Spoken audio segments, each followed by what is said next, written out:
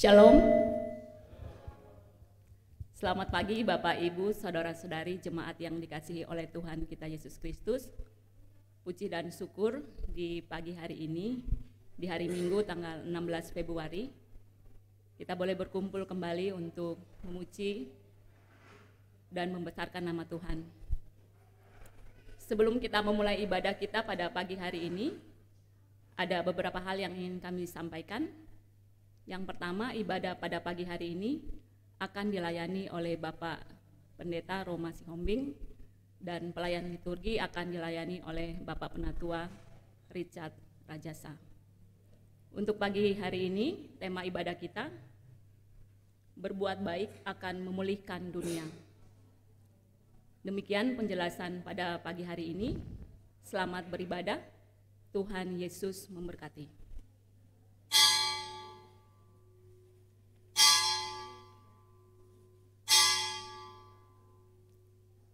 Saya mengundang jemaat untuk berdiri.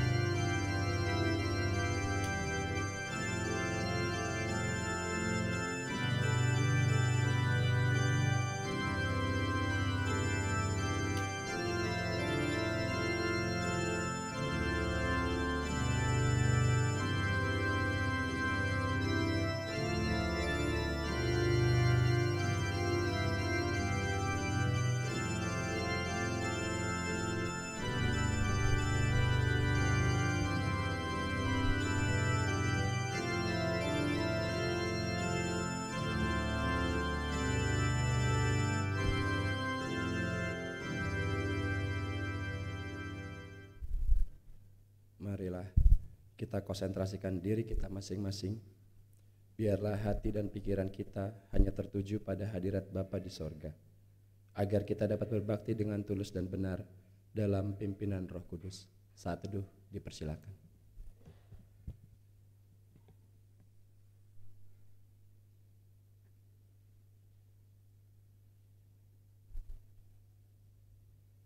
Amin. Mari kita sembah dan agungkan Tuhan kita yang begitu setia memperhatikan kita, dan dengan sepenuh hati kita naikkan pujian baginya. PKJ nomor 6, bersoraklah hai alam semesta.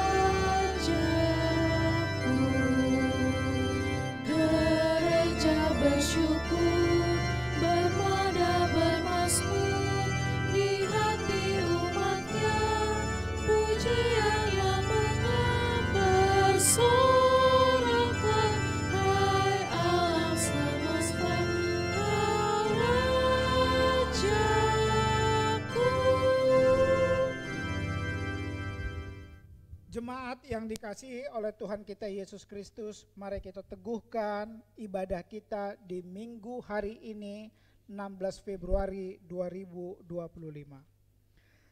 Pertolongan kepada kita adalah dalam nama Tuhan yang menjadikan langit dan bumi, yang kasih setianya kekal untuk selama-lamanya.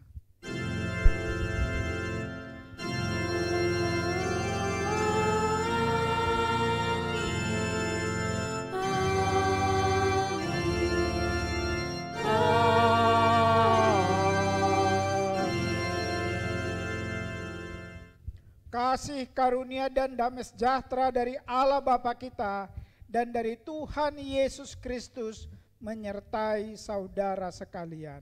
Dan menyertai saudara juga. Amin. Nats pembimbing. Dengarlah nats pembimbing dalam minggu ini yang diambil dari Yesaya 12 ayat yang pertama dan kedua yang berbunyi demikian. Pada waktu itu engkau akan berkata, aku mau bersyukur kepadamu ya Tuhan, karena sungguh pun engkau telah murka terhadap aku, murkamu telah surut dan engkau menghibur aku. Sungguh Allah itu keselamatanku, aku percaya dan tidak gentar, sebab Tuhanlah kekuatanku dan mazmurku, Ia telah menjadi keselamatanku.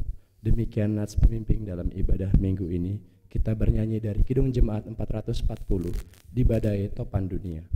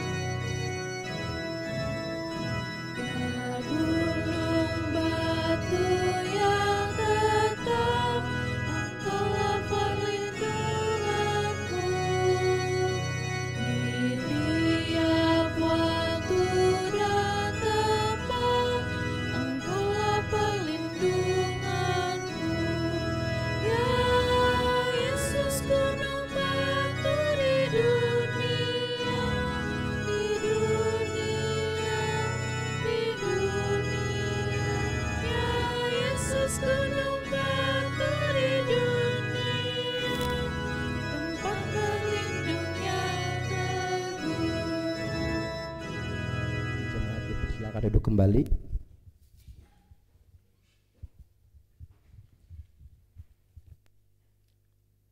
Pengakuan dosa. Jika kita berkata bahwa kita tidak berdosa, maka kita menipu diri kita sendiri dan kebenaran tidak ada di dalam kita. Jika kita mengaku dosa kita, maka Ia adalah setia dan adil, sehingga Ia akan mengampuni segala dosa kita dan menyucikan kita dari segala kejahatan. Jemaat Kristus, dengan tulus dan sepenuh hati, marilah kita mengaku dosa dan kekurangan kita di hadapan Tuhan. Kita berdoa. Kasihanilah aku ya Allah, menurut kasih setiamu. Hapuskanlah pelanggaranku menurut rahmat-Mu yang besar. Bersihkanlah aku seluruhnya dari kesalahanku, dan dari dosaku tahirkanlah aku.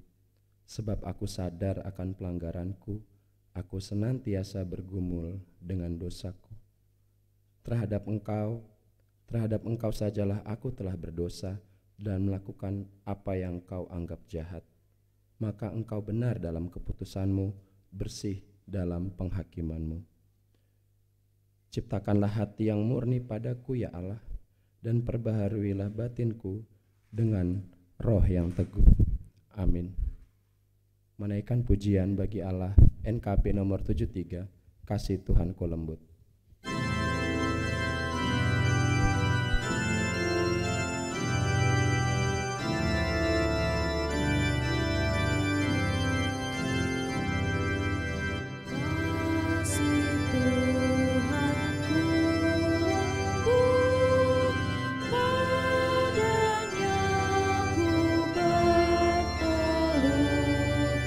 Dan ku dambakan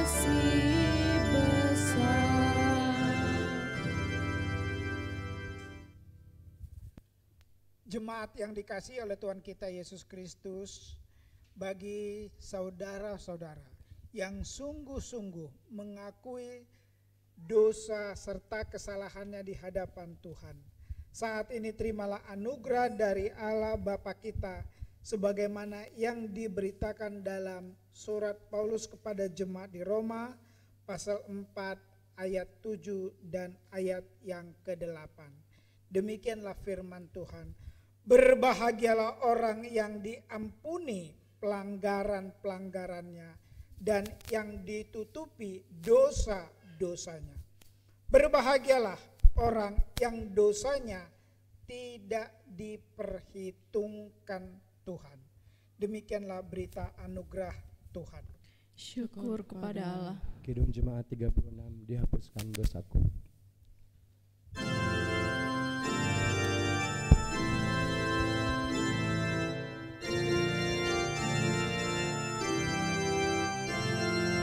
Dihapuskan dosaku hanya oleh darah Yesus. Aku pulih dan sembuh hanya oleh darah Yesus. Oh, darah Tuhanku, sumber pemasukku. Sucilah hidupku hanya oleh darah Yesus.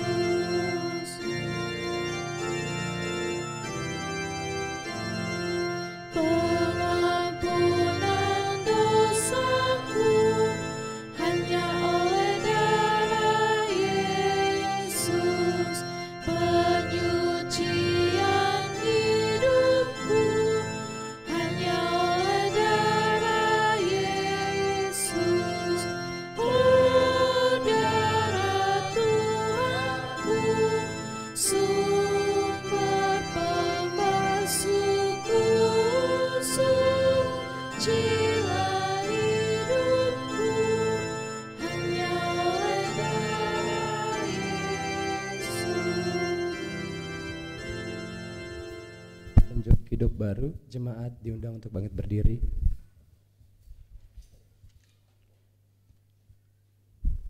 Saudara-saudara, kita telah dibebaskan dari dosa, maka kita tidak boleh lagi hidup di dalamnya, melainkan hidup dalam Kristus.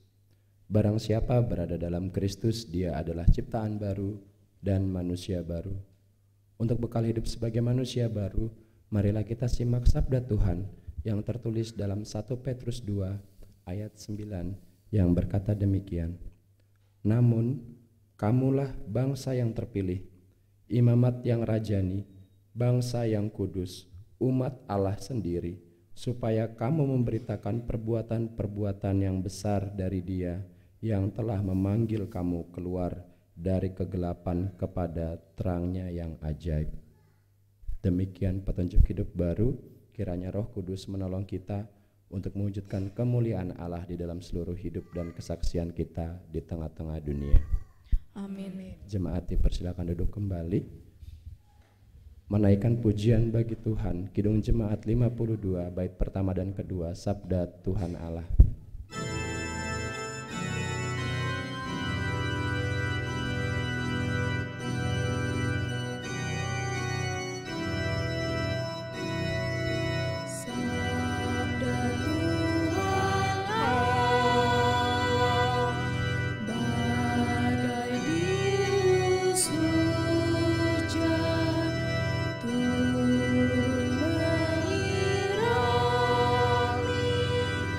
Tak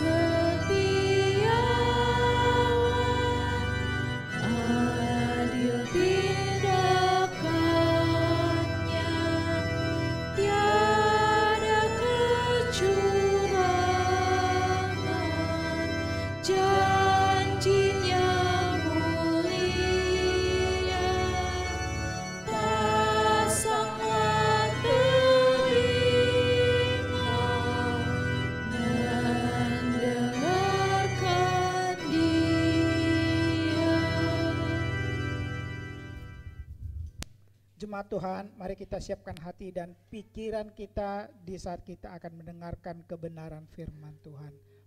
Mari kita berdoa. Kepadamu ya Bapa di surga, di dalam nama Tuhan Yesus kami mohonkan kesempatan kami dalam ibadah minggu ini. Di puncak ibadah kami adalah mendengarkan kebenaran firman-Mu. Masing-masing kami pribadi lewat pribadi di ruangan ini, biarlah semuanya dalam pertolongan daripada Tuhan, kami dipimpin oleh Tuhan. Roh-Mu yang kudus bekerja melalui firman-Mu yang kami baca, yang kami dengarkan pada saat ini. Dan pemahaman-pemahaman akan kebenaran firman-Mu Tuhan sungguh menguasai pikiran dan hati kami. Kami mohon kepadamu ya Bapa di surga. Di dalam nama Tuhan Yesus Kristus kami berdoa. Amin. Jemaat Tuhan, firman Tuhan kita terambil dari Injil Lukas pasal 6 ayat 17 sampai ayat yang ke-21. Saya akan membacakan ayat firman Tuhan ini berdasarkan terjemahan baru edisi kedua. Lukas 6 ayat 17 sampai ayat yang ke-19. Saya yang akan membaca ayat yang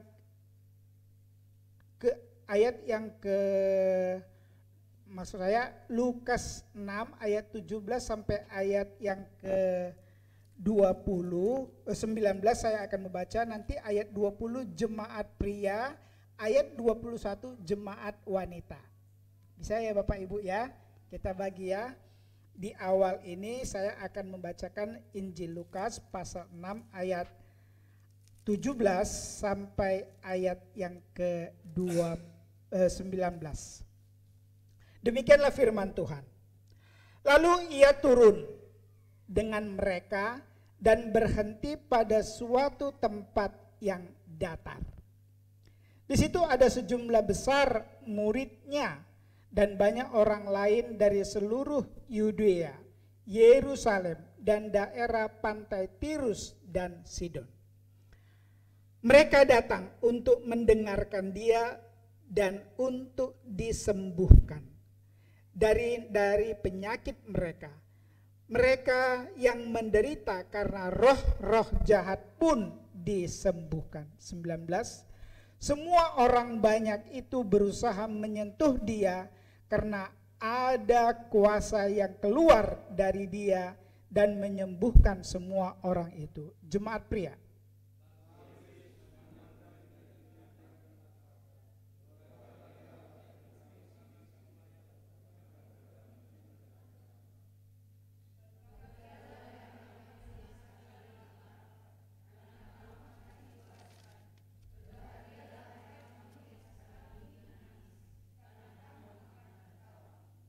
Demikianlah firman Tuhan, berbahagialah mereka yang mendengar serta taat dan tekun melakukan firman Tuhan. Haleluya.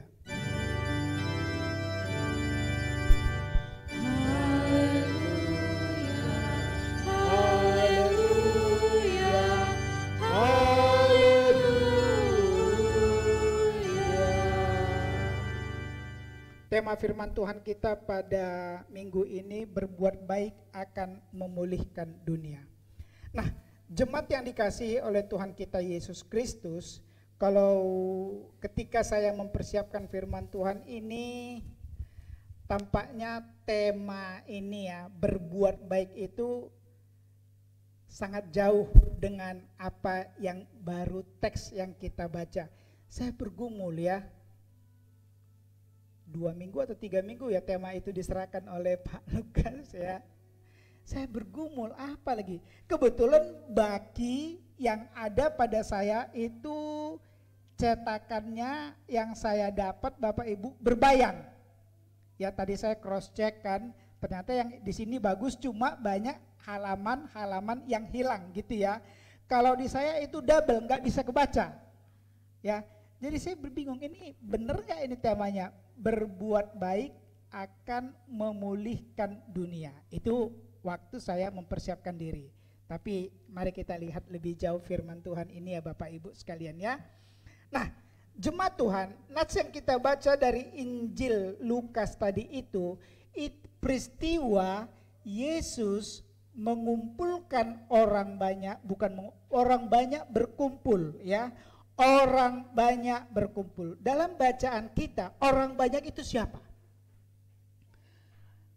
Bacaan Alkitab versi Injil Lukas, paling tidak kita bisa menandai ada 3 kelompok. 1, rasul-rasul. Itu kelompok yang sangat dekat dengan Yesus. Rasul-rasul ini bukan 12 ya Bapak Ibu ya. Bukan 12 ya. Ini kelompok ring 1 yang dekat dengan Yesus. Yang kedua, dikatakan di bacaan kita tadi Lukas pasal 6 tadi Bapak Ibu sekalian ya turun bersama rasul-rasul, diikuti juga dengan sekeliling daerah tersebut orang-orang Yahudi ya Bapak Ibu sekalian ya. Yudea itu kan wilayah Israel ya, yang dekat dengan, saya nggak usah lebih dalam lagi untuk geografinya. Tapi itu yang dekat, yang bukan rasul, tapi dekat dengan atau daerah Israel ya. Mereka laki-laki, perempuan, anak-anak ikut mendengarkan, mengikuti di mana Yesus dan murid rasul-rasulnya pada saat itu.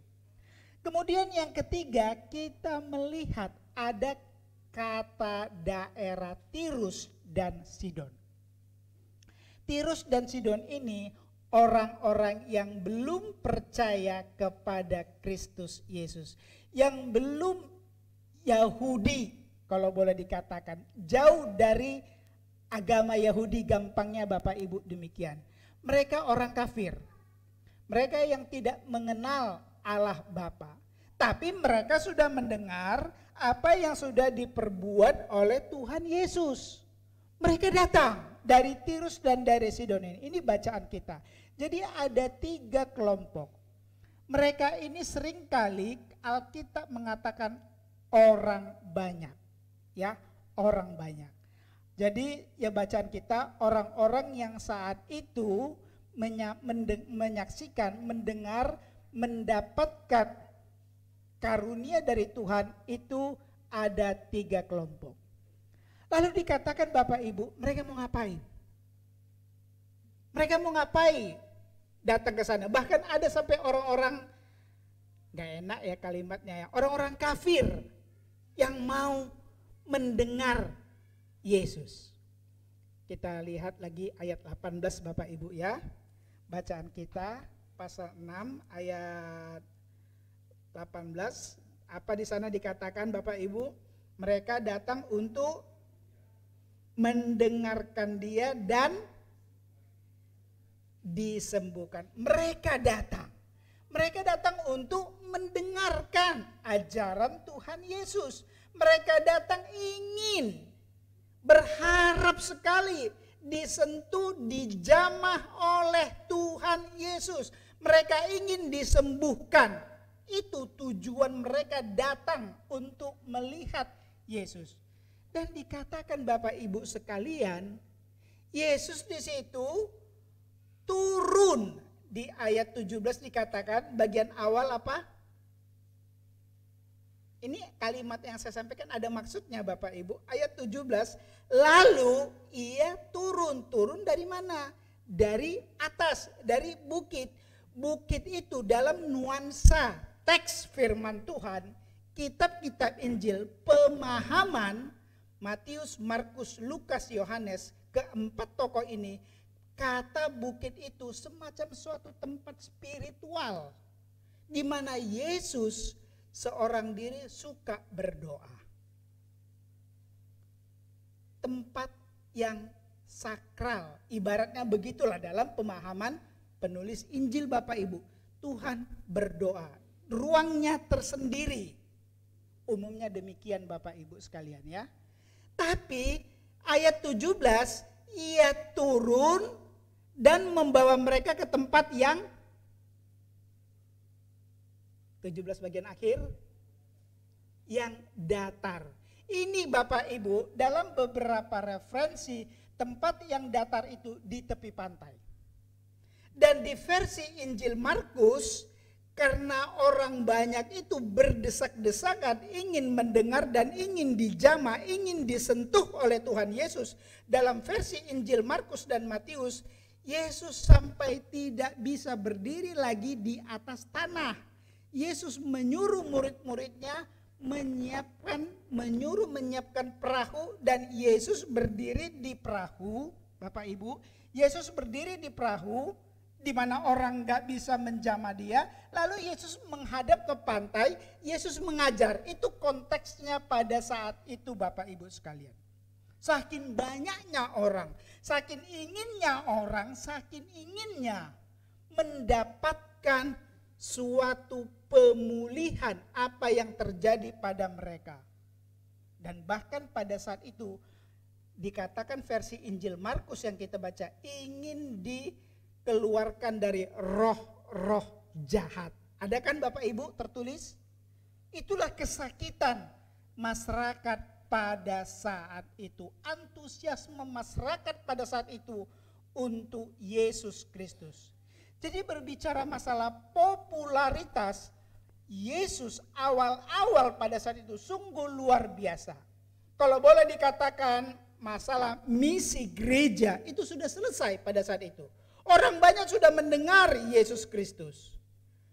Orang Tirus, orang Sidon, orang kafir pun sudah takjub sama Yesus. Sudah mendengarkan pengajaran-pengajaran Yesus. Udah selesai misi. Udah, semua orang sudah mendengar Yesus untuk dunia pada saat itu.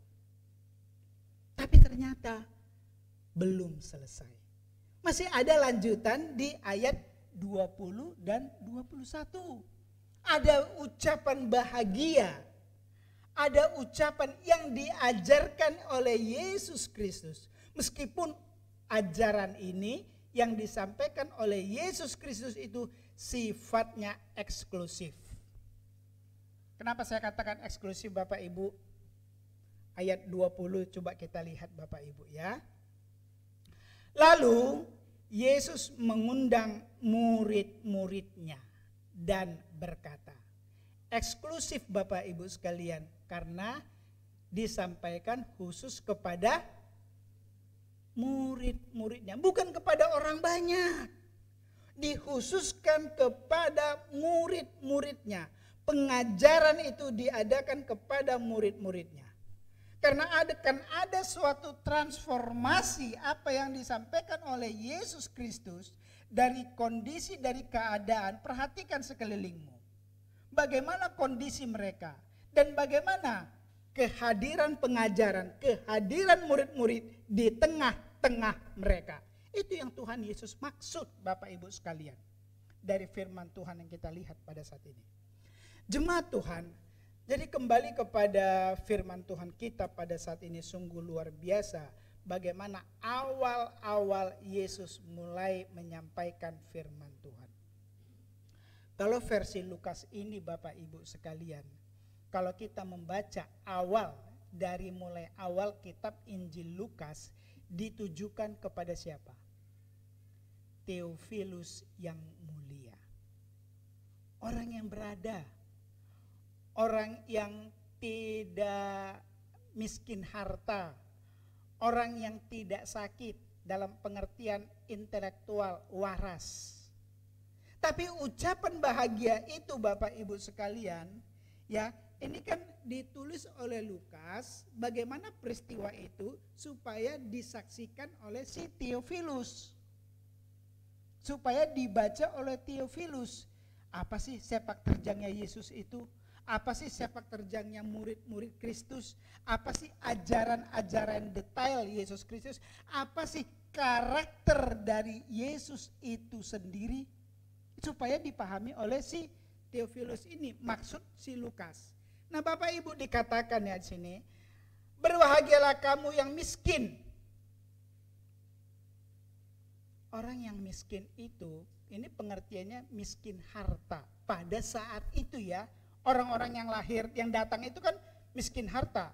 mereka nggak mampu mengobati tubuh mereka yang sakit. Udah disembuhkan ke beberapa dokter-dokter pada saat itu, ahli-ahli kesehatan pada saat itu, mungkin juga kepada dukun-dukun pada saat itu, tapi nggak mempan. Mereka datang menemui Yesus, orang banyak itu, untuk disembuhkan karena Yesus sanggup memulihkan mereka yang kerasukan setan. Dan bahkan sakit penyakit yang tidak mampu pun disembuhkan oleh dokter di dunia ini, pada saat itu Yesus sanggup. Itu kan kedengaran orang banyak. Ada orang kusta yang pada saat itu kalau dikelompokkan, orang kusta itu satu penyakit yang dapat menularkan kepada orang, dan bahkan sakit kusta itu sejak perjanjian lama sudah mulai dikucilkan. Sudah harus dikucilkan orang yang sakit kusta. Dalam konstruksi perjanjian lama Bapak Ibu, kalau ada saudara kita sakit, dia diasingkan ke suatu tempat yang jauh dari manusia. Kalau saya mau ngantarkan makanan, saya nggak boleh bersentuhan dengan saudara saya, adik saya, kakak saya, istri saya, anak saya. Seandainya Bapak Ibu itu hubungan saya tidak boleh bersentuhan. Kalau saya mau ganti bajunya, saya mau kasih dia makan, saya bawa ibaratnya rantang itu ke satu tempat, saya letakkan, bajunya saya letakkan, sabun mandinya semua saya letakkan, lalu saya pergi.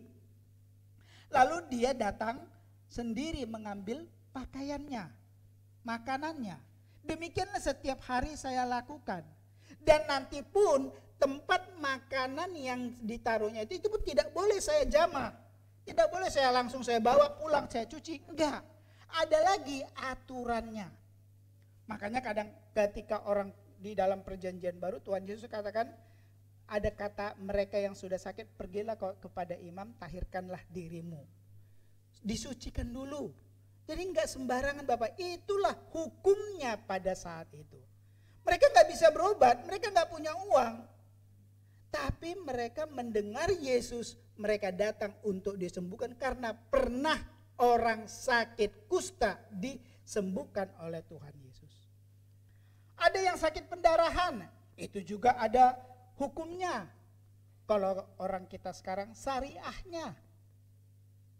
Ada juga yang buta disembuhkan oleh Tuhan Yesus. Ada orang yang lumpuh disembuhkan oleh Tuhan Yesus. Dan bahkan orang mati pun dibangkitkan Tuhan Yesus.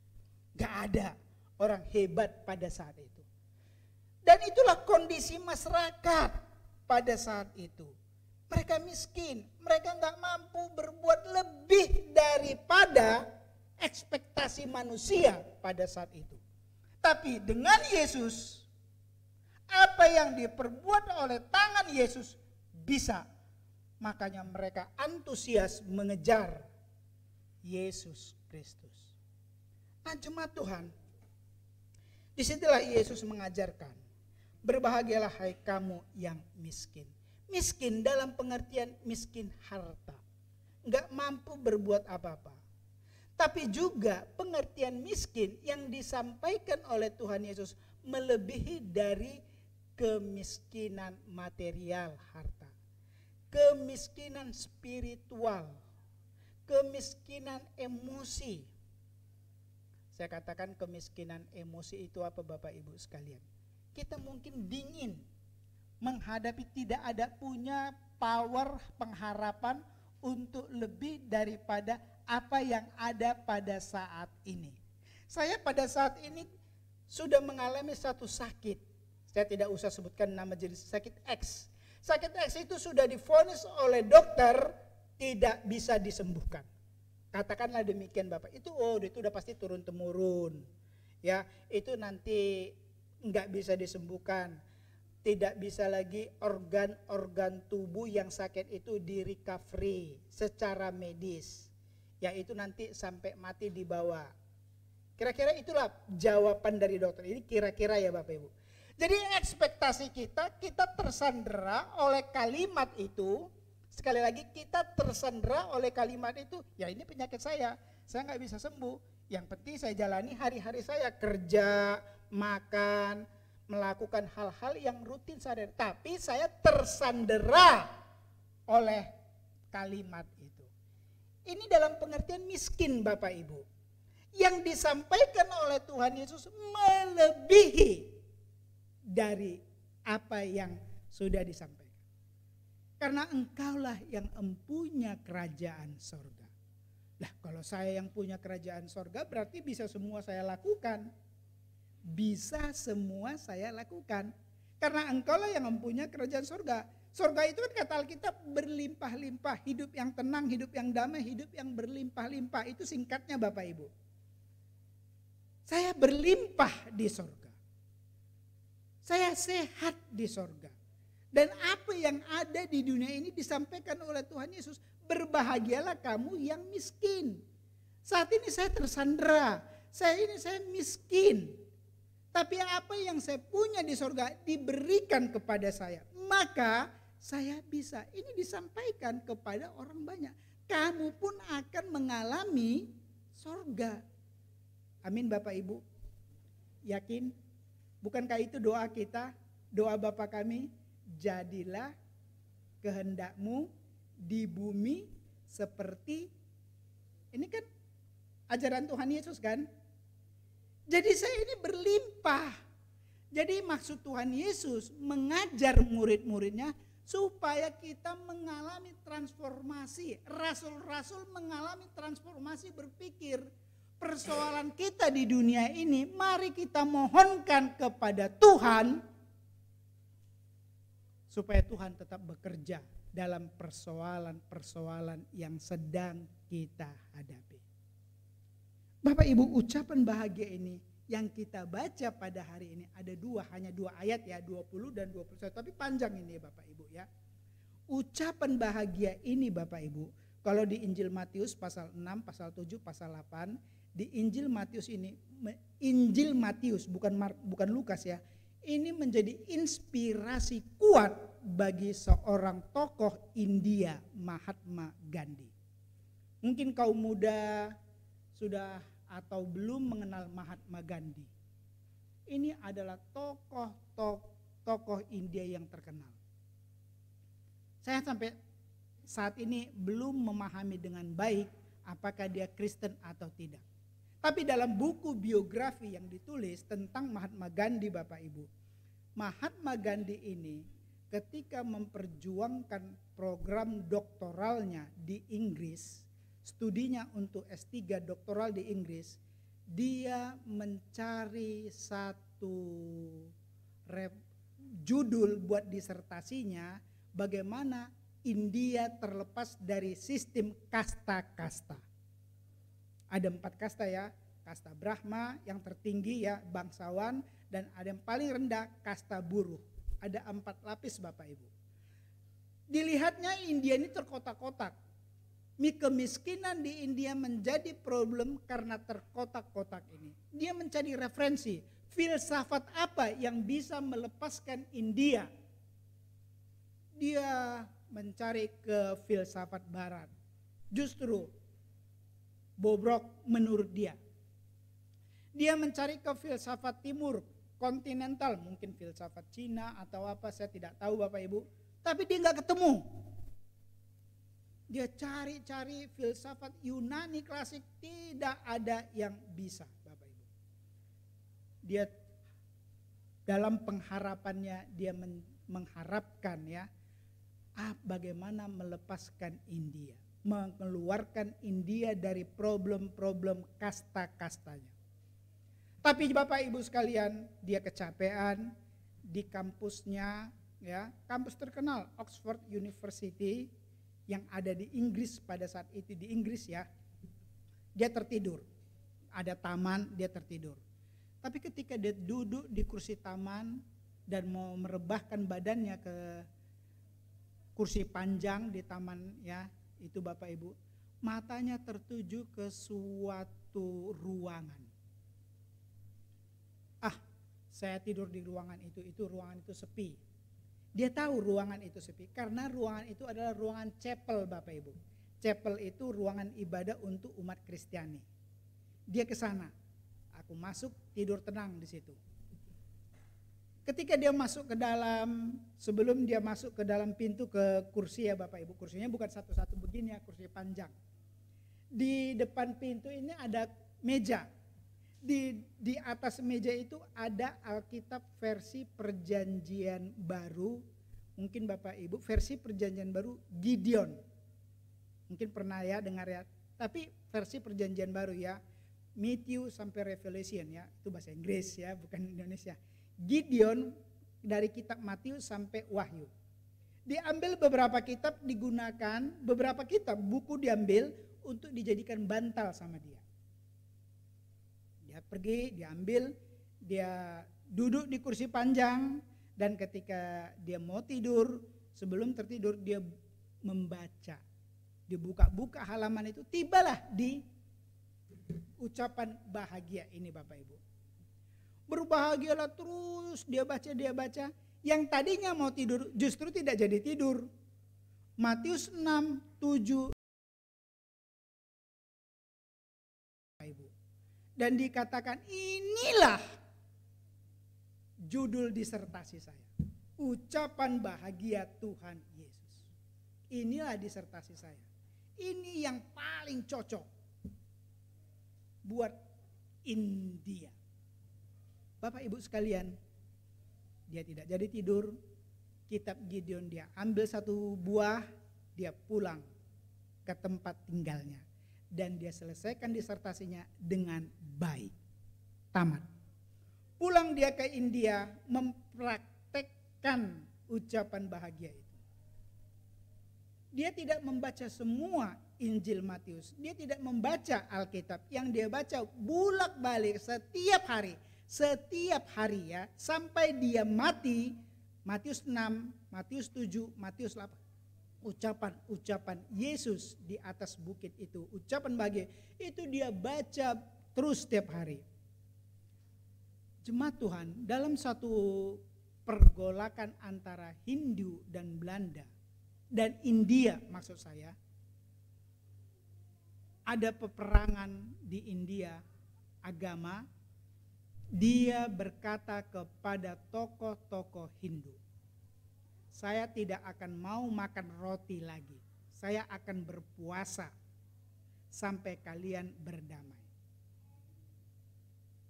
Alasan saya, ada kasih Kristus. Panjang lebar Bapak Ibu dia sampaikan, tidak mungkin saya sampaikan, tapi singkatnya ada kasih Kristus. Inilah yang disebut di India menurut Gandhi ahimsa. Kasih Kristus bagi kita semua. Kasih Kristus bagi Hindu, kasih Kristus bagi Islam. Kasih Kristus bagi umat manusia. Tidak ada kasta-kasta. Semua kita ini ciptaan Tuhan. Semua dipilih oleh Tuhan. Kalau kita milik Tuhan, kita yang merasa miskin, kita yang merasa sakit, kita yang merasa dikucilkan, kita ini milik Tuhan. Dan kita ini akan mengalami kebahagiaan seperti di surga. Yang ada di surga itu ada terjadi pada diri kita. Ini ahimsa. Ini yang disampaikan oleh Gandhi pada tokoh-tokoh Hindu.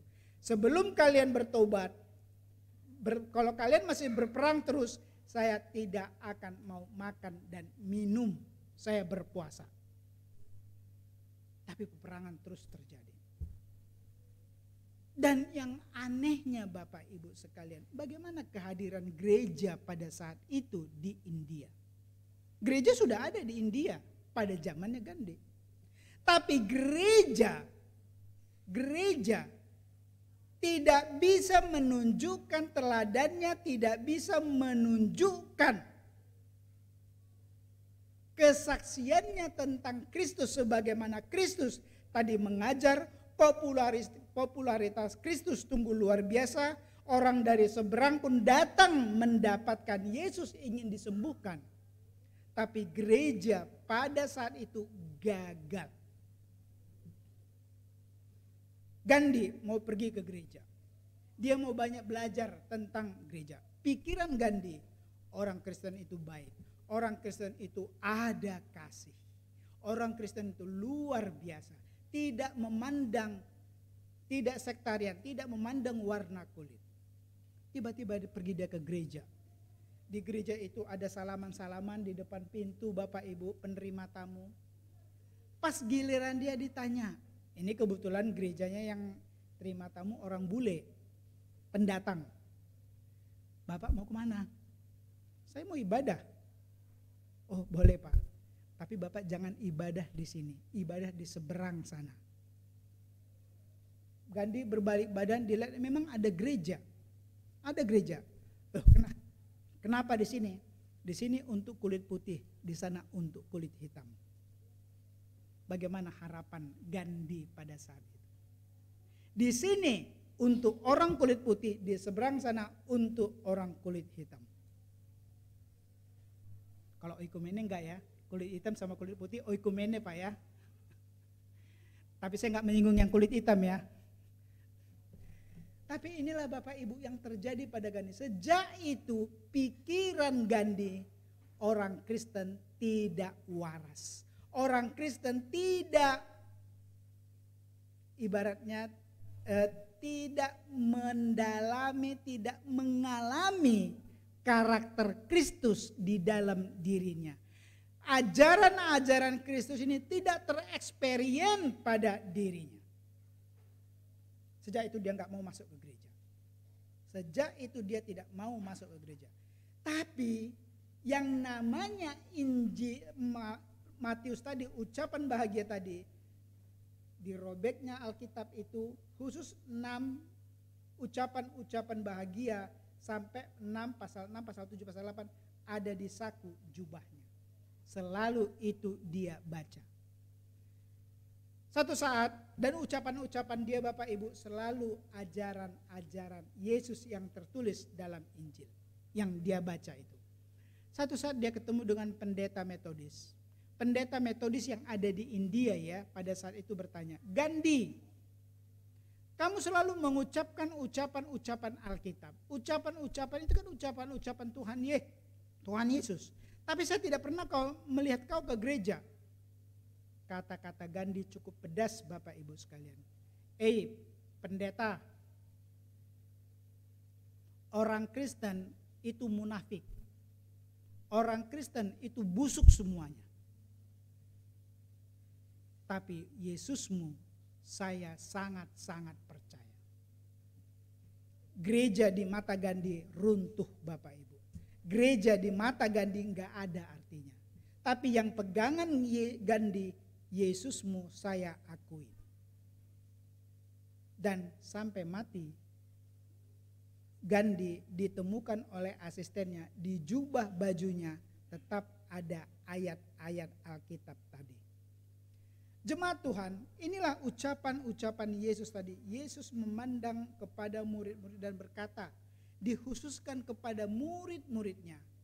Supaya murid-muridnya itu mengalami transformasi. Persoalan di dunia ini bukan persoalan kemiskinan. Persoalan di dunia ini bukan sakit penyakit. Tapi lebih daripada itu pun dapat kita atasi di dalam nama Yesus. Karena engkau akan di kebagian akhir ya, kerajaan sorga. Kamu punya kerajaan sorga. Semua ucapan-ucapan bahagia itu arahnya ke sana Bapak Ibu sekalian. Meskipun masing-masing kitab Injil mengalami perbedaan-perbedaan kalimat, kata demi kata ya Bapak Ibu sekalian. Nah, bagaimana dengan kita pada minggu pagi hari ini mendapatkan Lukas pasal 6 ayat 17 sampai ayat yang ke-21. Kita gereja. Jemaat Tuhan, pengajaran-pengajaran itu terus diberikan kepada kita melalui firman Tuhan. Spiritualitas kita tetap dikuatkan di gedung gereja ini. Tetapi firman Tuhan, Yesus, Allah Bapa tidak menghendaki kita ada di dalam gereja ini saja. Ruang spiritual kita bukan ruang gereja saja. Ayat Alkitab mengatakan lalu ia turun membawa ke tempat yang datar. Di luar ruang spiritual Yesus, di dunia ini, itulah ruang kita. bukan di gedung gereja. Di gedung gereja segala sesuatu yang baik, puji-pujian, mungkin juga dress code pelayanan kita bisa megah, bisa hebat, bisa saya pakai stola, bisa saya pakai jubah, bisa saya pakai dasi, bisa saya rapi, tidak bau lingkungan kiri kanan, semua tersistem dengan baik, itu bisa kita lakukan. Tapi ini bagi saya pribadi, mohon maaf, mari kita mengkoreksi diri. Tertarikkah orang di luar sana dengan kita? Dengan pakaian yang hebat ini?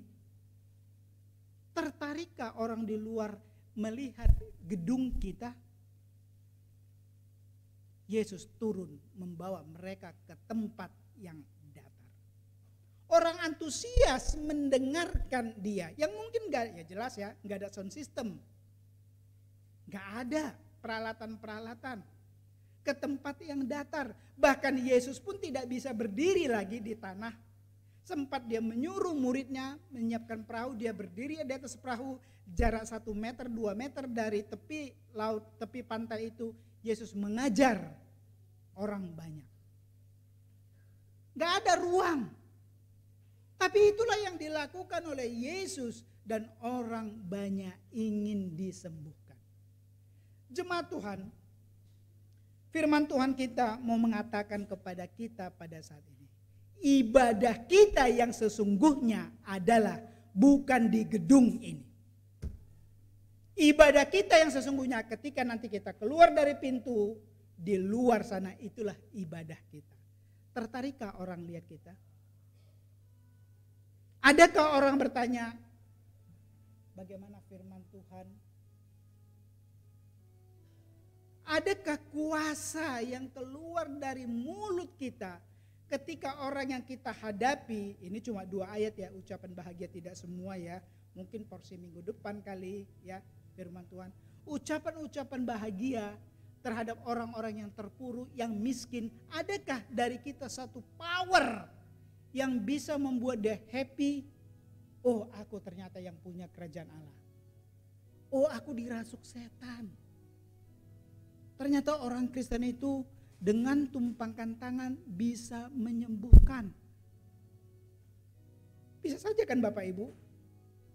Oh, Alkitab itu mengatakan Yesus Kristus sanggup membangkitkan orang mati.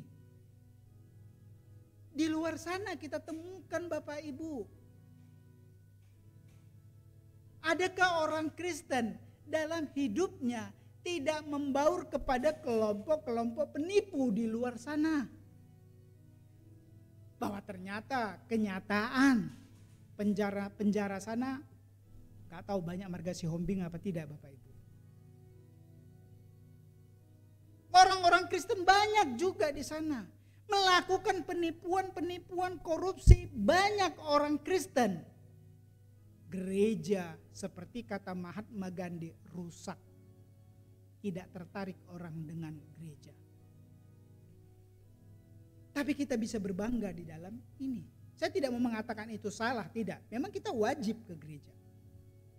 Tapi ibadah kita yang sesungguhnya adalah di luar gereja.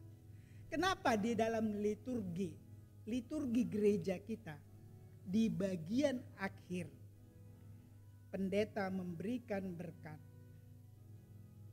Lakukanlah firman Tuhan, ya, di luar. Diberkatilah engkau, biarlah engkau memuliakan di luar, bukan di dalam gereja. Nanti formulasi liturgi kita ya di bagian akhir ada. Allah memberkati, kan selanjutnya. Bukan di dalam kita mau pulang. Allah memberkati supaya di luar sana kita benar-benar powerful bersama Allah Bapa. Ibadah kita yang sesungguhnya adalah di luar sana. Saya lupa Kidung Jumat berapa itu ya. Sering dilakukan oleh untuk persembahan itu Pak. Berbahagialah orang yang, lupa saya kata-katanya itu. Ya. Ibadah kita yang sejati sana. Jadi Tuhan turun dari atas membawa orang banyak supaya mendengarkan firman Tuhannya dan menyaksikan bagaimana pekerjaan Tuhan. Doa kita Bapak Ibu, doa kita supaya jadi kehendak Tuhan di luar sana, di surga dengan kita, baik di dalam maupun di luar sana. Di tempat ibadah ini, di ruangan ini kita dikuatkan oleh Tuhan dengan pengajaran-pengajarannya. Pengajaran-pengajarannya itu tidak tinggal diam di dalam diri kita saja, tetapi kita bawa keluar untuk menjadi berkat bagi lingkungan kita maupun sesama kita. Kita sering terus berhadap-hadapan dengan orang-orang yang kesulitan-kesulitan. Kita sering terus berhadap-hadapan. Karena firman Tuhan mengatakan demikian. Ada ya ayat Alkitab ya. Ada firman Tuhan. Orang miskin selalu kau temuin. Ketika ada murid-murid yang mau menuangkan minyak ya. Minyak wangi ya. Narwastu. Ya, itulah dia. Nah, orang itu selalu kita hadapin. Tapi kita diberikan Tuhan untuk mengalami transformasi apa yang diajarkan oleh Tuhan Yesus dan membawa mereka untuk dapat mengalami pemulihan. Ketika mereka mengalami pemulihan, mereka melihat Yesus dan mereka datang kepada Yesus. Jemaat Tuhan, untuk menutup firman Tuhan ini, saya senang sekali ya. Saya nggak tahu apakah sudah pernah menyampaikan di sini atau tidak, tapi saya sangat terkesan sekali. Ada seorang pastor. Pastor ini boleh dikatakan dari keluarga yang berada. Tapi dia mengambil diri sebagai pastor. Dia kuliah dan sampai pada tahap menyelesaikan doktoralnya. Selesai dengan predikat cum laude. Dia punya abang. Abangnya ini pun menjadi seorang pengajar di salah satu university di New York. Ya, salah satu university di New York dan seorang pastor juga. Ketika si yang baru selesai ini mau ditugaskan, dia diberi kesempatan 1 tahun untuk berlibur. Kau akan ditugaskan di salah satu paroki di New York, kau akan ditugaskan di sana. Sebelum kau ditugaskan di sana, kau boleh berlibur 1 tahun. Itu kata Vatikan. Tapi pastor itu mengatakan demikian. Terima kasih, tapi saya tidak mau berlibur. Selama studi saya melihat satu tempat. Tidak ada gereja di tempat itu. Satu pulau terpencil, tapi pulau itu adalah pulau buangan untuk orang-orang sakit kusta. Kalau boleh dikatakan Bapak Ibu, peraturan siapa yang menginjak diri di pulau itu tidak boleh kembali lagi. Tidak boleh keluar dari pulau itu. Dia diingatkan berkali-kali, kau sadar apa yang kamu ucapkan? Kamu sadar ketika kamu sampai di sana apa yang akan kamu hadapi?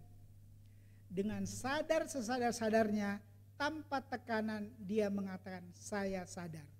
Dan bahkan mati di sana pun saya jadi. Ada harga yang dia bayar.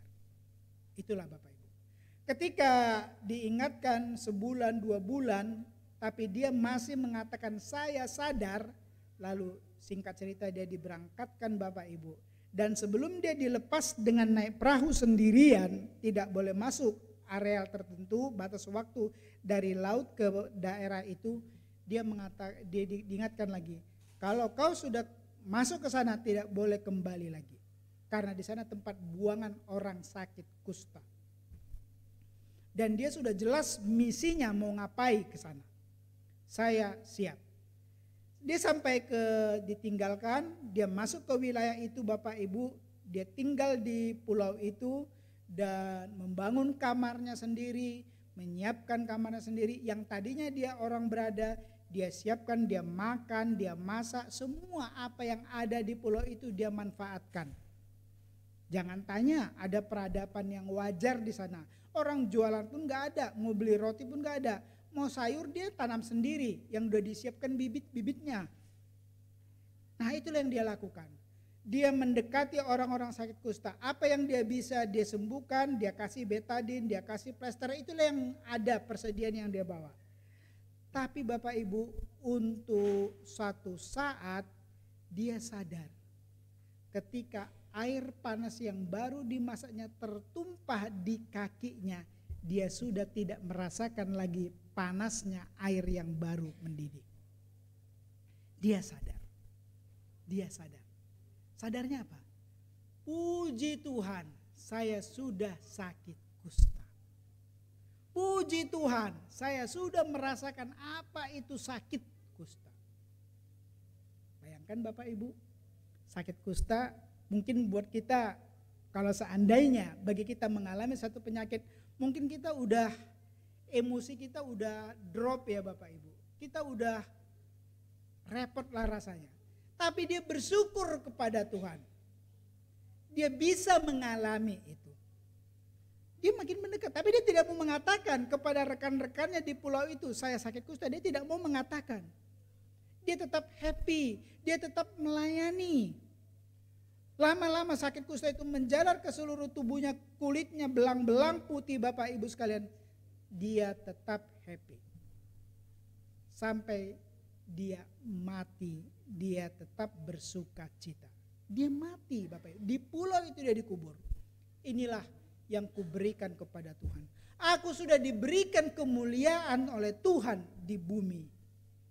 Dan sebenarnya aku masih bisa menikmati lagi harta benda yang diberikan Tuhan. Tapi aku diberikan sakit kusta dan aku berangkat karena sakit kusta ini hanya untuk merasakan mereka dan menghibur saudara-saudaraku yang ada di sini. Mereka pun punya kerajaan Allah. Pastor ini dikubur di sana Bapak Ibu sekalian oleh rekan-rekannya. Tidak ada imam Katolik yang mengubur dia karena ada hukum. Akhirnya terbukalah bagi Vatikan. Yang tadinya wilayah itu tertutup, tidak boleh dokter, dan berangsur-angsur orang-orang di sana, hukum di sana dipulihkan, boleh keluar dan mereka banyak mengalami rehabilitasi. Jemaat Tuhan, kehadiran gereja. Kita bukan di ruangan ini saja. Kehadiran gereja adalah memberikan yang terbaik bagi dunia. Sesuai dengan tema kita ya. Membuat baik akan memulihkan dunia. Membuat baik dunia bukan tugas negara saja. Membuat baik dunia ini bukan tugas politik. Membuat baik dunia ini, memulihkan dunia ini juga tugas gereja. Tugas gereja. Jadi kalau gereja buat huru hara itu bukan panggilan kita. Membuat baik bukan tugas Mahatma Gandhi saja. Membuat baik adalah tugas gereja. Tugas Bapak Ibu sekalian. Tugas saya juga. Tugas Pauk Dasana Indah. Kiranya firman Tuhan menjadi berkat bagi kita. Amin. Mari kita memuji Tuhan. NKB 119, nyanyikanlah lagi bagiku.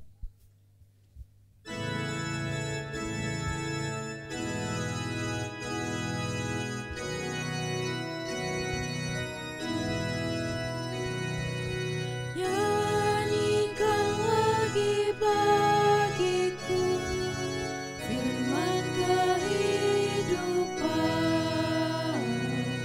Sungguh mulia dan merdu firman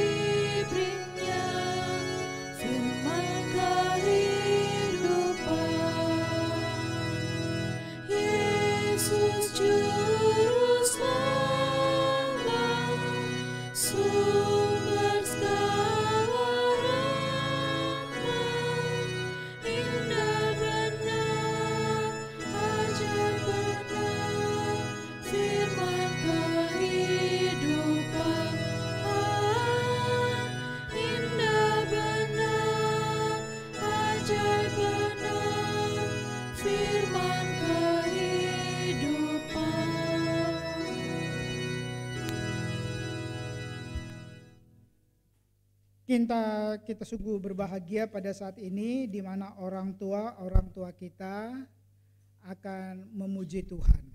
Kami mengundang Komisi Lansia,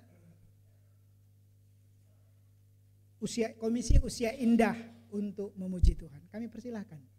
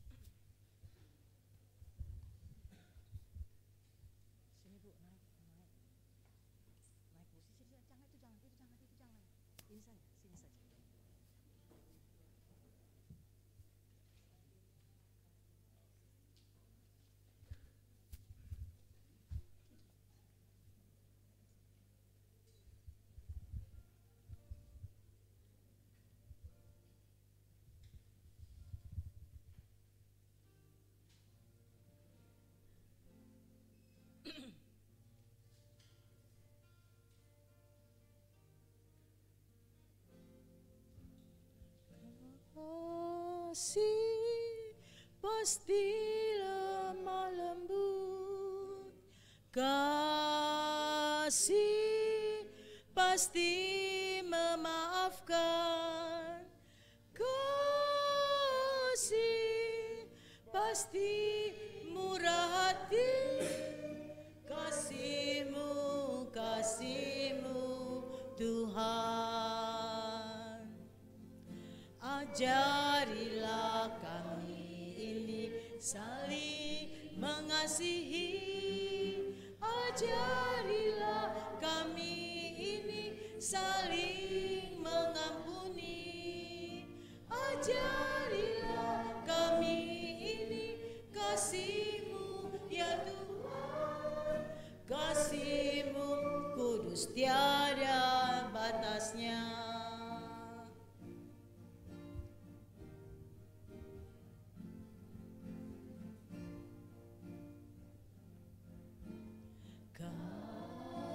Kasih pasti lemah lembut, kasih pasti memaafkan, kasih pasti murah hati, kasih-Mu Tuhan. Ajarilah kami ini saling mengasihi, ajarilah kami ini saling mengampuni, ajarilah kami ini kasih-Mu ya Tuhan, kasih-Mu kudus tiada batasnya. Ajarilah kami ini saling mengasihi, ajarilah kami ini saling mengampuni, ajarilah kami ini kasih-Mu ya Tuhan, kasih-Mu kudus tiada batasnya. Kasih-Mu kudus tiada batasnya.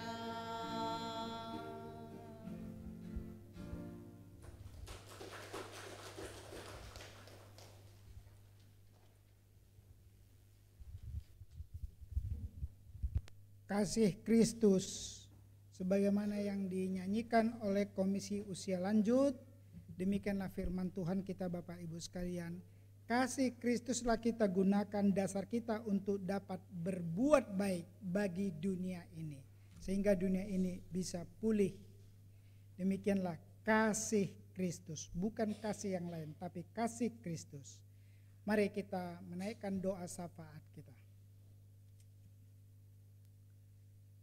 Terima kasih Bapa di surga, di pagi menjelang siang hari ini, firman Tuhan yang kami dengar melalui Lukas 6 ayat 17 sampai 21. Terima kasih Tuhan untuk kebenaran firman-Mu. Terima kasih untuk kami semua.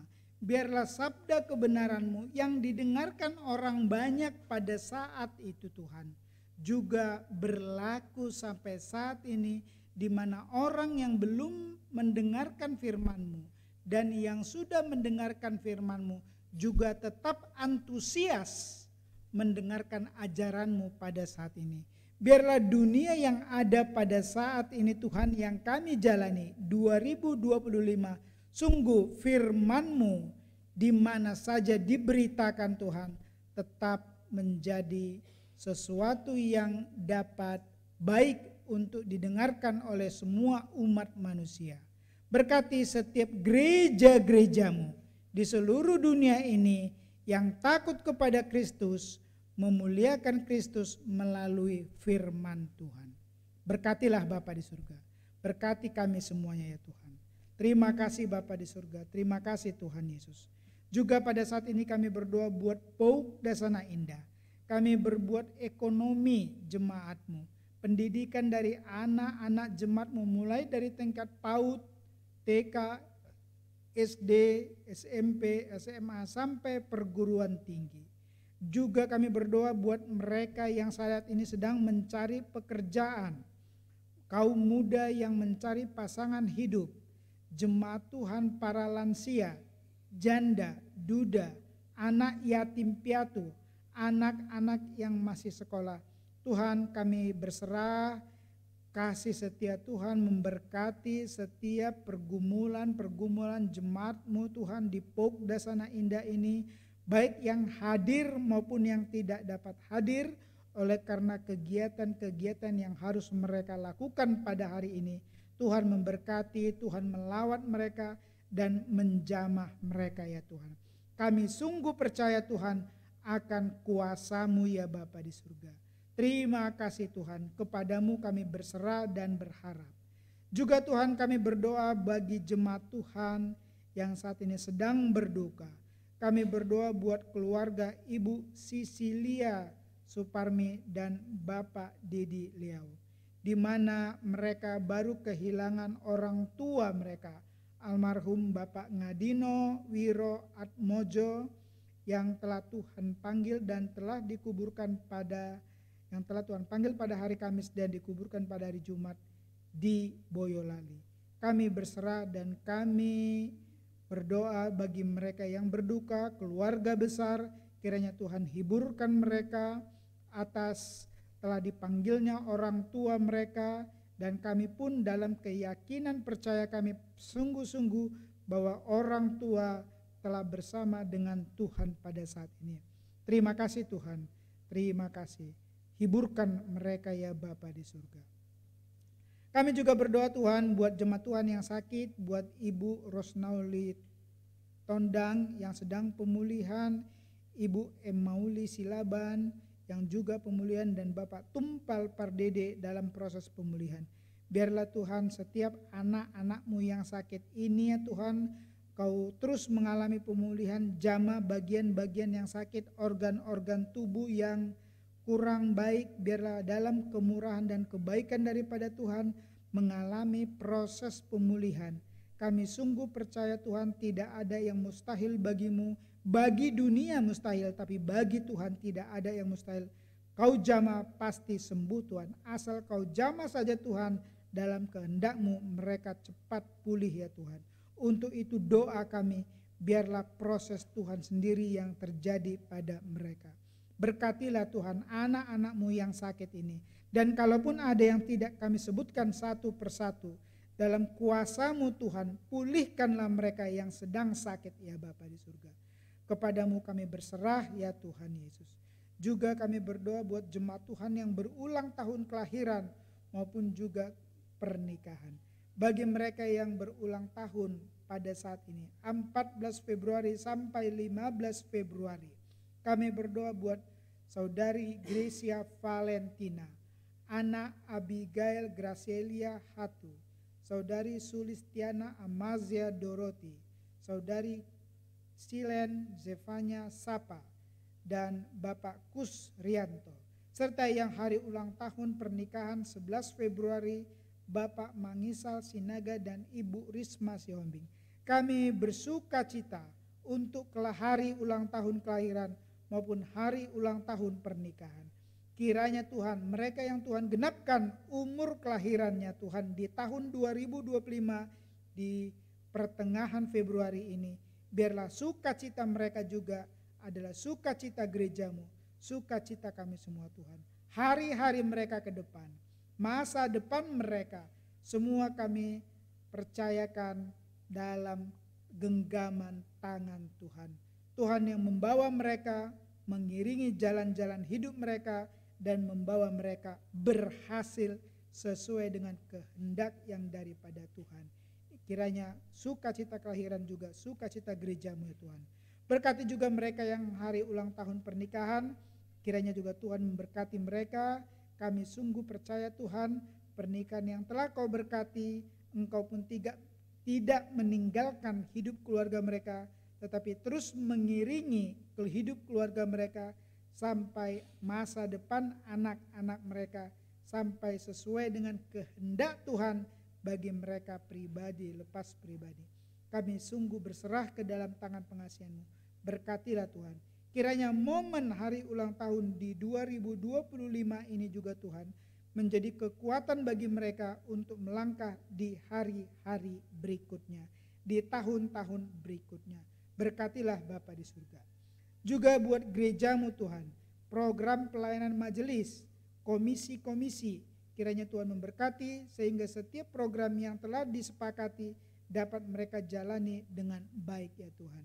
Dan melalui gerejamu, melalui program pelayanan, nama Tuhan dipermuliakan. Berkati Bapa di surga. Pelayanan majelis dan pelayanan komisi, Tuhan berkati sehingga pelayanan mereka di hari-hari yang sudah disepakati, hari-hari untuk komisi, hari-hari untuk ibadah minggu, biarlah pelayanan majelis baik di gereja maupun di luar gereja sungguh dalam kekuatan dan kemurahan daripada Tuhan dapat mereka jalani dengan baik. Terima kasih Tuhan. Buat BPPO, PGIW dan PGIW Banten kami serahkan, kiranya badan-badan ini juga Tuhan dalam pertolongan daripada Tuhan, Tuhan kuatkan dan mereka dapat melakukan pelayanan dengan baik. Terima kasih Tuhan. Bangsa dan negara kami serahkan ke dalam tangan-Mu Tuhan.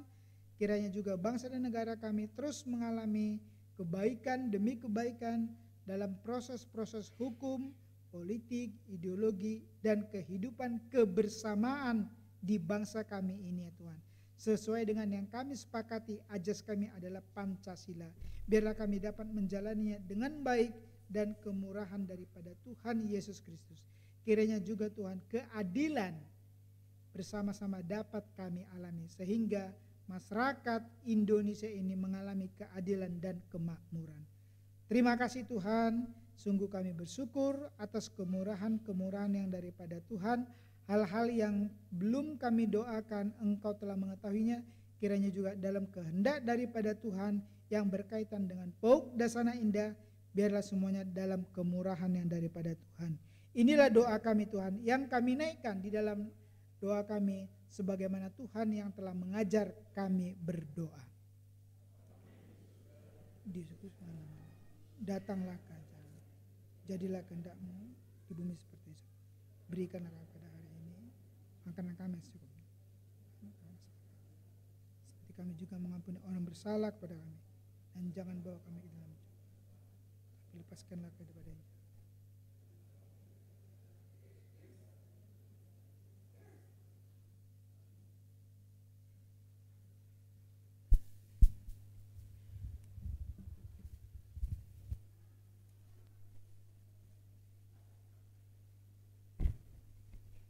Jemaat Tuhan, kita akan masuk dalam pengakuan iman. Dipersilakan berdiri. Bersama-sama dengan gereja di segala abad dan tempat, marilah kita mengikrarkan pengakuan iman rasuli dan masing-masing berkata demikian. Aku percaya kepada Allah, Bapa yang Maha Kuasa, Khalid langit dan bumi, dan kepada Yesus Kristus, anaknya yang tunggal Tuhan kita, yang dikandung daripada Roh Kudus, lahir dari Maria, yang menderita secara Pontius Pilatus, disalibkan, mati mati dan dikuburkan, turun ke dalam kerajaan maut. Pada hari yang ketiga, bangkit pula dari antara orang mati, naik surga, duduk di sebelah kanan Allah, Bapa yang Maha Kuasa, dan akan datang dari sana untuk menghakimi orang yang hidup dan mati. Aku percaya kepada Roh Kudus, gereja yang kudus dan am, persekutuan, pengampunan dosa, kebangkitan daging, dan hidup yang kekal. Amin. Jemaat dipersilakan duduk. Kita akan masuk dalam persembahan syukur. Marilah kita memberikan persembahan syukur dengan berlandaskan firman Tuhan yang tertulis dalam Injil Lukas 6 ayat 38.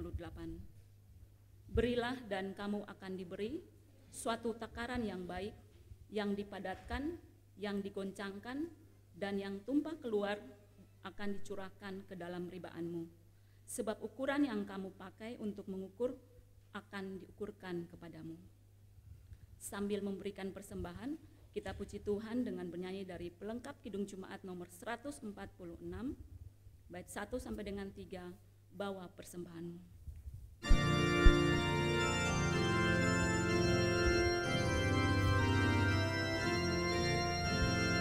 Bawa persembahanmu dalam rumah Tuhan, dengan rela hatimu, janganlah jemu. Bawa persembahanmu, bawa dengan suka. Bawa persembahanmu, tanda sukacitamu. Bawa persembahanmu, ucaplah syukur.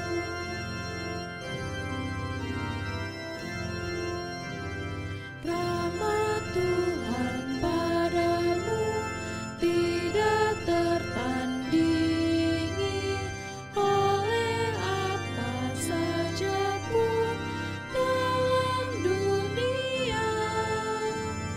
Kasih dan karunia sudah kau terima. Bawa persembahanmu, tanda sukacitamu.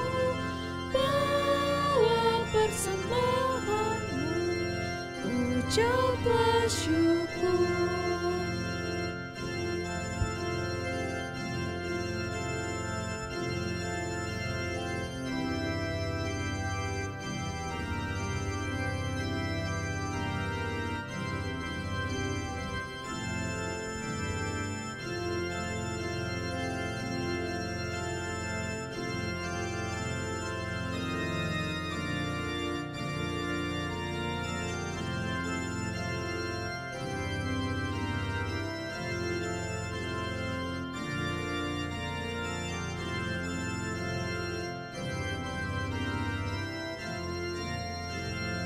Persembahkan dirimu untuk Tuhan pakai, agar kerajaannya makin nyatalah.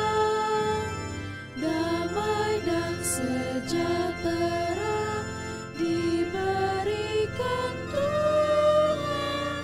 Bawa persembahanmu, tanda sukacitamu. Bawa persembahanmu, ucaplah syukur.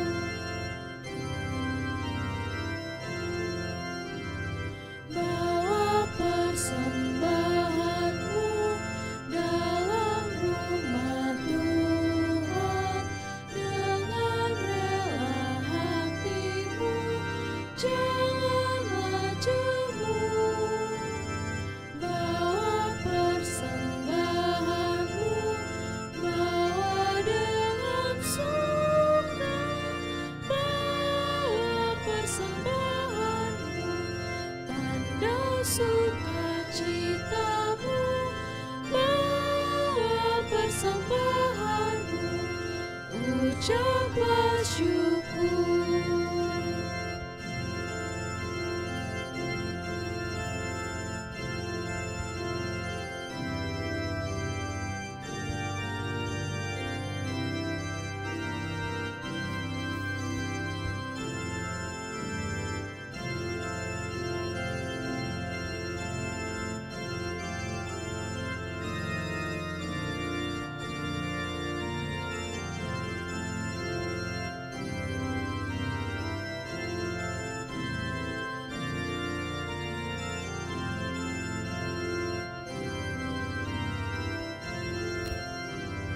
Rahmat Tuhan padamu tidak tertandingi, oleh apa saja pun dalam dunia. Kasih dan karunia sudah kau terima, bawa persembahanmu, tanda sukacitamu, bawa persembahanmu, ucaplah syukur.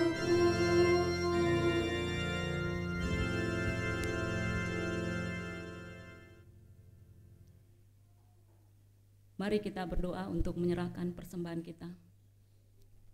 Bapa kami yang ada dalam surga, kembali kami datang Tuhan, mengucap syukur atas segala kasih dan berkat-berkat yang Engkau berikan kepada kami Tuhan. Pada saat ini Tuhan, kami jemaat-Mu sudah boleh mengumpulkan persembahan Bapa. Kiranya Engkau memberkati persembahan kami ini Tuhan, sucikan dan kuduskanlah persembahan kami ini, agar boleh dipakai untuk pelayanan kasih-Mu di gereja kami maupun keluar Bapa. Bapa di surga, kami berdoa buat jemaat-Mu dalam usaha dan pekerjaan kami. Biarlah apa yang kami kerjakan boleh Engkau buat berhasil Bapa, boleh menyenangkan hati-Mu Tuhan, dan boleh berkenan di hadapan-Mu Tuhan. Kami berdoa buat Bapak Ibu Majelis dan kami semua Tuhan, biarlah kami boleh bekerja dengan sukacita, hormat dan takut akan Engkau ya Bapa. Terima kasih Tuhan, inilah doa dan ucapan syukur kami yang kami naikkan lewat anak-Mu Yesus Kristus yang adalah Tuhan dan Juru Selamat kami yang hidup. Amin.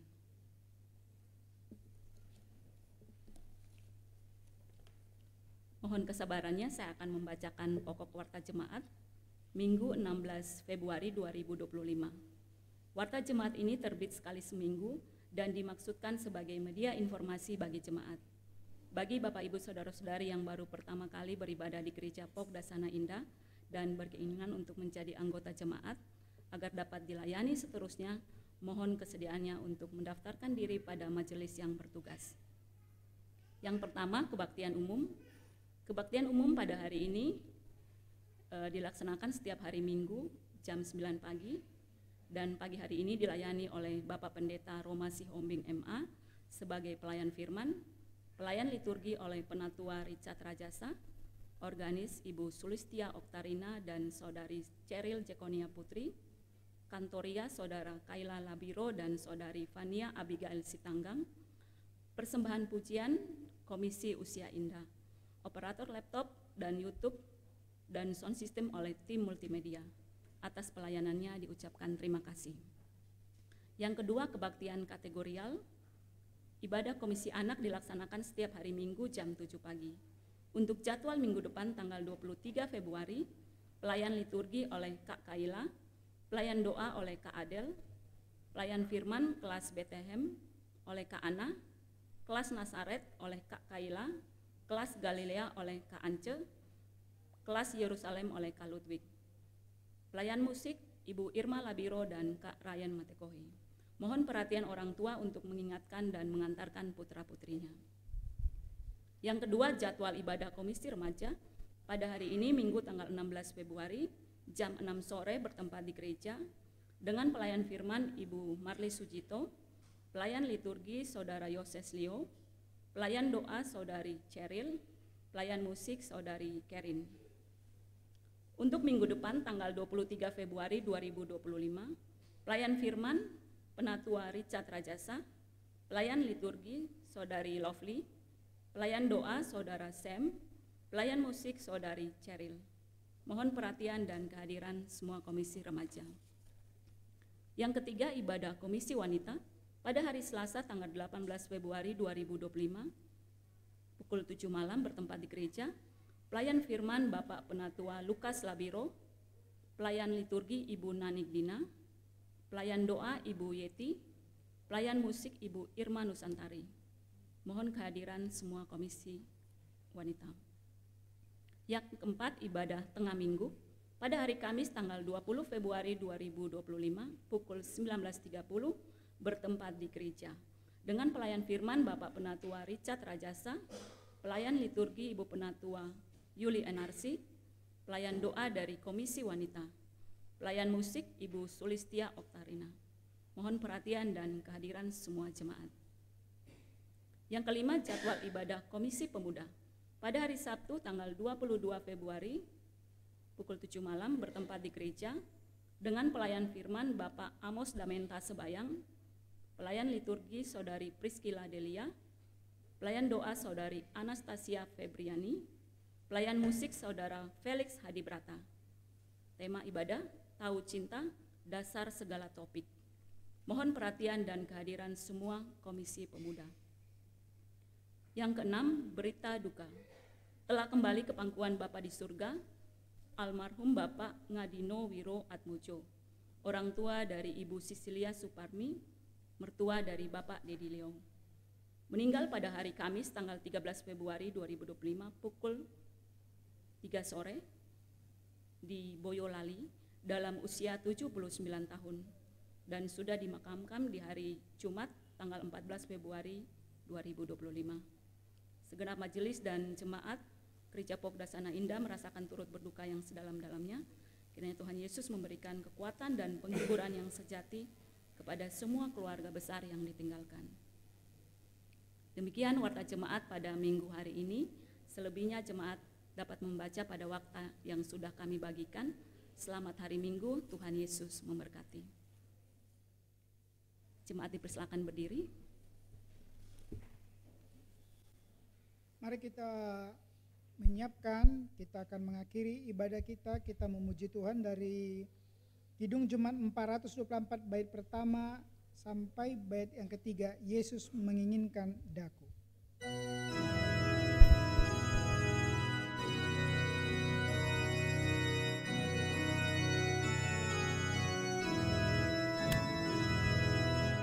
Yesus menginginkan daku bersinar baginya,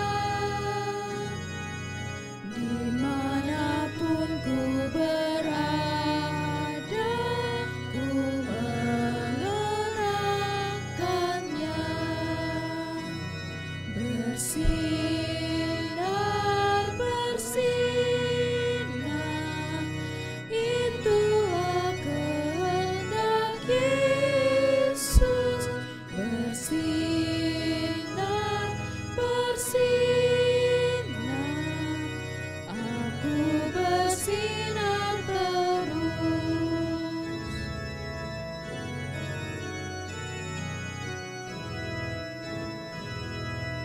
Yesus menginginkan daku menolong orang lain, manis dan sopan selalu ketika ku bermain. Bersinar, bersinar, itulah kehendak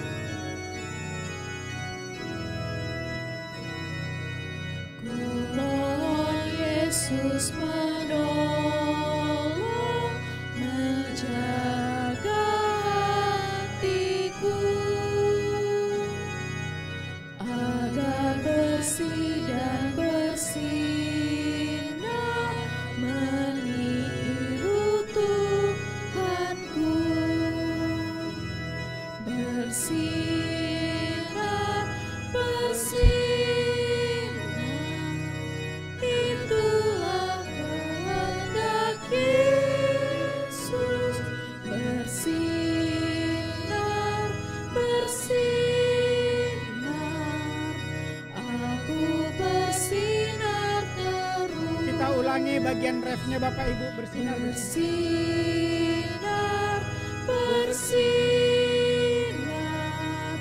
itulah kehendak Yesus.